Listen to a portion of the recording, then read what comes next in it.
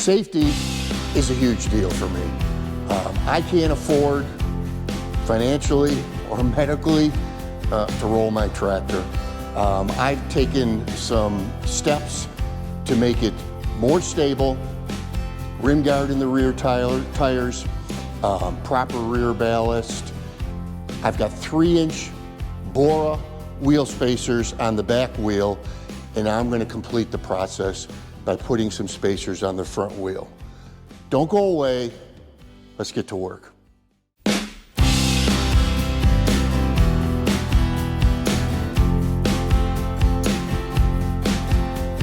right, this is not a complicated process, but there's some critical steps in it that, after all, we're going after safety. We don't want to cause additional problems. So these are BRO TEK 1.5-inch spacers that I'm putting on the front wheels of the tractor. I mentioned I've got BRO on the rear wheels of the tractor. Both brands are fine. The construction is, and production is just superior, and that's why I stick to these two brands. You're going to need some Loctite blue. As far as tools, 17mm socket and a 19mm impact socket as well, and a breaker bar to initially get the lugs loose. Critical is going to be the torque wrench, and we're going to be torquing to 120 pounds. That's what BRO TEK recommends. What you torque them to is up to you. Hey, one bit of business I want to get to, a little bit of housekeeping. If you've subscribed to our channel, please check to be sure you're still subscribed.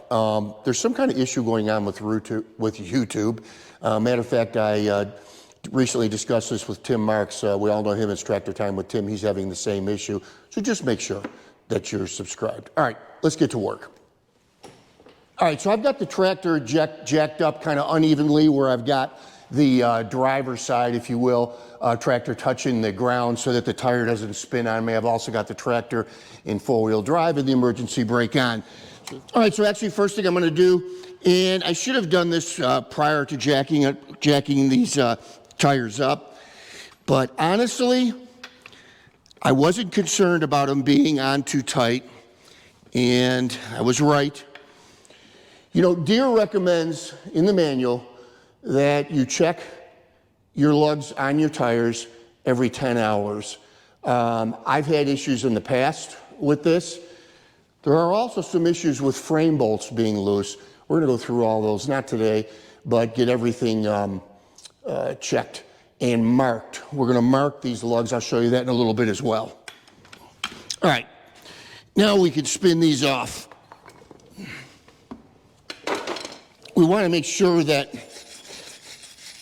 the spacer makes good contact with the hub. So I'm really surprised. I've only got like 25 hours on this tractor. I'm really surprised there's this much rust on here. So here's the spacer. And the way it's supposed to go on is like so.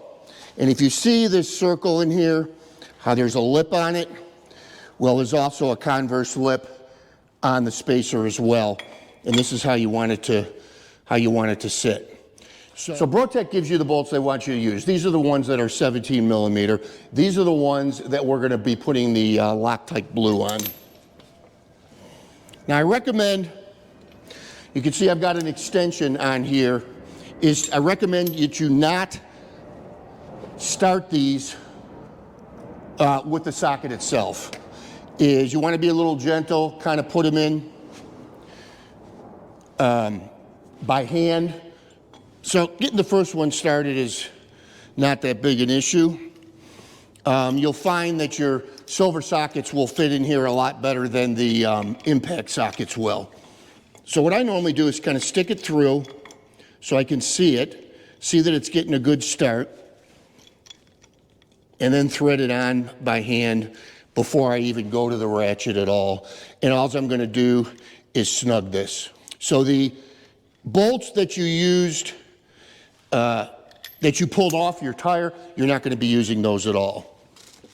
This is almost the middle of February. This is Buffalo, New York, in case you didn't know that. And we have had one snow event all year that I've had to use the tractor to plow. I'm not happy about that. I'm not happy about that because I'm not giving you guys good content on that, but also because I just enjoy doing it, and we are winter lovers in our house. So we're not ones that you're going to see whining about, oh, it's too cold or too much snow, what have you. We like it. You know, otherwise we just wouldn't live here. All right, so again, they're all snugged up. Now I'm just going to put a little bit more pressure on them in a star pattern before I actually torque them. All right, now we're going to torque them. And again, we're going to go in a star pattern, 120 pounds.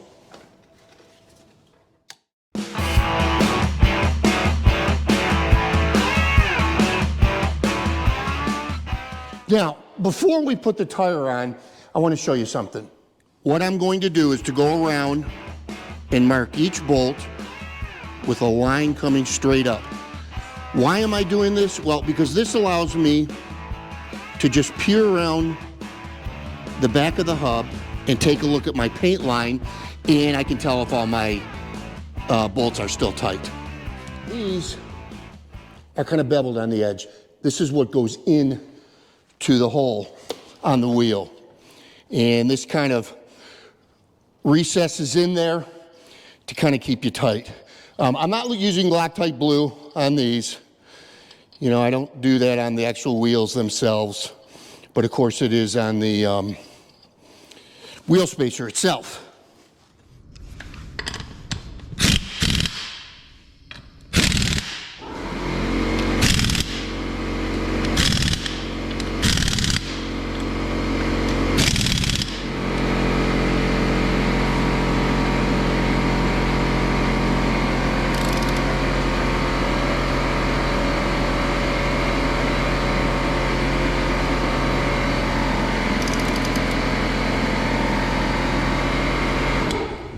Hey, here's a quick peek on what's coming up. This is the Artilian diverter kit, and we're going to be installing that on the 2038R. We're going to be putting some brush guards on. This, I'll bet you don't know what this is, but if you have especially a 2 Series, you're going to find out what this is. You're going to love this. We're going to be putting some tie-down brackets on, and we're also going to be undercoating the tractor with LPS3. Oh, and by the way, we're going to be installing an axle vent. If you don't know what that is, if you've not heard about them, you're going to want to stay tuned for that. All right, we're over on the other side, so we're going to break these loose now. So again, that's that 22 millimeter. All right, wheels off. You know, again, we've got some rust. Take care of that with the wire brush. You know, by the way, if you enjoy our content, we sure would appreciate a thumbs up. That's how YouTube analytics determine when and if and how often our videos are seen. And, you know, we're trying to produce great content for you guys, which, by the way, please put down in the comments anything that you'd like to see. Obviously, any criticism or thoughts that you might have on the channel as a whole. But if you could put down in the comments, what would you like to see with the 2038R or the X350 or anything else as far as the work we're going to do? Is there a specific type of work this spring that you'd like to see the tractor doing? Please put that down in the comments. All right. Loctite Blue is great. I would never use red on this. You know, if you had a problem with your final drive or anything here on the hub and you had to get them off, boy, I sure wouldn't want to be the one that has to do it. All right, so now time to torque them, starting here at 12 o'clock.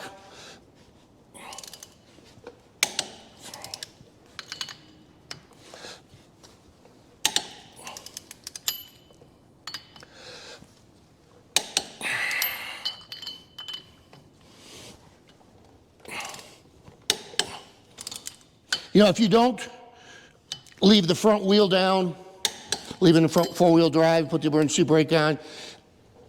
What they tell you to do is take a 2x4 and put it in between. It really is a pain in the neck. This is really the best way to do it.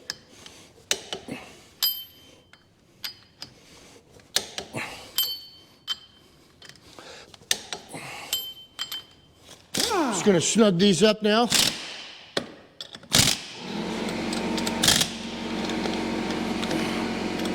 And now I'm gonna torque them. And in case you didn't notice, I forgot to mark the inside of the hubs of the wheel spacers. So I'm gonna have to do that. You know, it's just makes me feel more secure. You know, the wider the stance. I don't think there's anything more important than proper ballast. I think next is proper height of your bucket.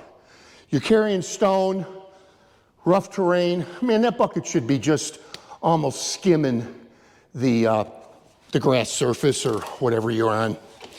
But then I think next is doing whatever you can do to minimize the chance of tipping. Well, that's it for this episode. Hope you enjoyed it.